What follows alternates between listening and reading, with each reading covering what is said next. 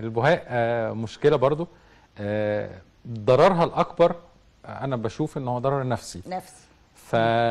يعني خصوصا لو هي في مناطق ظاهرة، في الوجه، في الإيدين. يعني إيه السبب ورا موضوع البهاء؟ هل هو حاجة استعداد جيني، ولا هل هو مثلا حاجة الواحد نوع معين في ضعف في المناعة، ولا إيه الموضوع ده؟ هقول لحضرتك إيه سببها؟ السبب الحقيقي لظهور بقع البهاء في الجسم مش معروف لغايه دلوقتي، بس في بعض النظريات. يعني في ناس تقول ده مشكله مناعيه، في ناس تقول ده حاجه وراثيه لازم بيتوارث، لو موجود في العيله وارد ان هو يطلع، وممكن ما يبقاش في حد في العيله خالص عنده المرض ده ويظهر. عاده البهاء بيظهر قبل سن 30 سنه. تمام، ممكن يظهر من الطفوله وممكن يظهر في سن اكبر من كده، بس عاده بيظهر في السن اللي قبل 30 سنه. بيبقى عباره عن بقع بيضة او اماكن بيروح منها اللون في الجسم. يعني مثلا بتبتدي خلايا الصبغه اللي هي المسؤوله عن افراز الميلانين، بتبتدي ان هي تقلل افراز اللون او الصبغه بتاعه اللون بتاعه الجسم.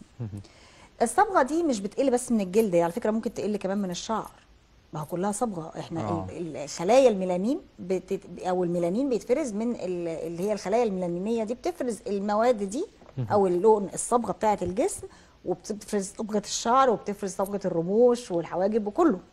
فوارد اللي عنده بهاء يلاقي كمان شعره بيبيض او اماكن منه بتبيض، وده من الحاجات اللي بتسوء النفسيه اكتر.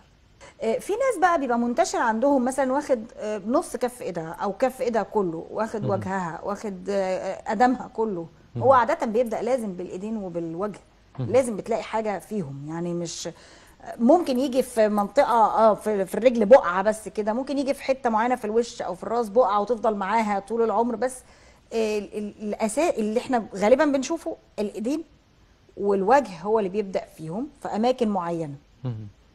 طيب دلوقتي بالنسبه للايدين هنعمل ايه؟ علشان اول حاجه بنحاول نخلي اللون يبقى موحد. الفكره في علاج الاول، وانا بدردش انا ودكتوره نهى قبل ما نبتدي الحلقه، فقالت لي انه احيانا المشكله دي او المرض ده ممكن يكون سبب في جمال الشخص اللي هو ده عنده المشكله دي. فانا استغربت الحقيقه، قلت لها لازم توضح لنا الموضوع دوت على الهواء ان شاء الله. ده دلوقتي طيب ايه بقى الحكايه دي؟ هقول لحضرتك. طبعا اكتر ناس بتستفيد من الموضوع بتاع البهاء ده دلوقتي اللي هم عندهم المرض ده اكثر انتشارا، اللي هو يعني بينتشر في جسمها جامد جدا، فهي بتبقى اكتر واحده مستفيده منه. ليه بقى؟ لان العلاج اللي موجود دلوقتي او اللي فعلا فعال بنسبه، يعني باذن الله بنسبه كبيره جدا، ان احنا بنحقن حقن معينه، حقن معين بطريقه معينه في الجسم على السطح كده بتاعه بشكل معين، بيحول اللون بتاع الجسم الغامق الى الفاتح، ايا كانت درجه لون البشره، ايا كانت ترجع كلها موحده لون واحد. احنا بنلعب على انه المرض موجود في جسمها، وممكن يكون ده مرض مناعي، فاحنا بناخد منها العينه وبنحللها بشكل معين، وبتتحقن بطريقه معينه في المناطق اللي فيها لون مش اللي ما فيهاش. فبالتالي بتلاقي اللون الفاتح هو اللي انتشر.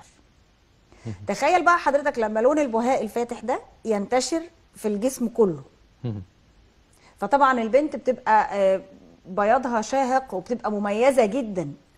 يعني انا عندي مريضه كانت مريضه بالبهاء،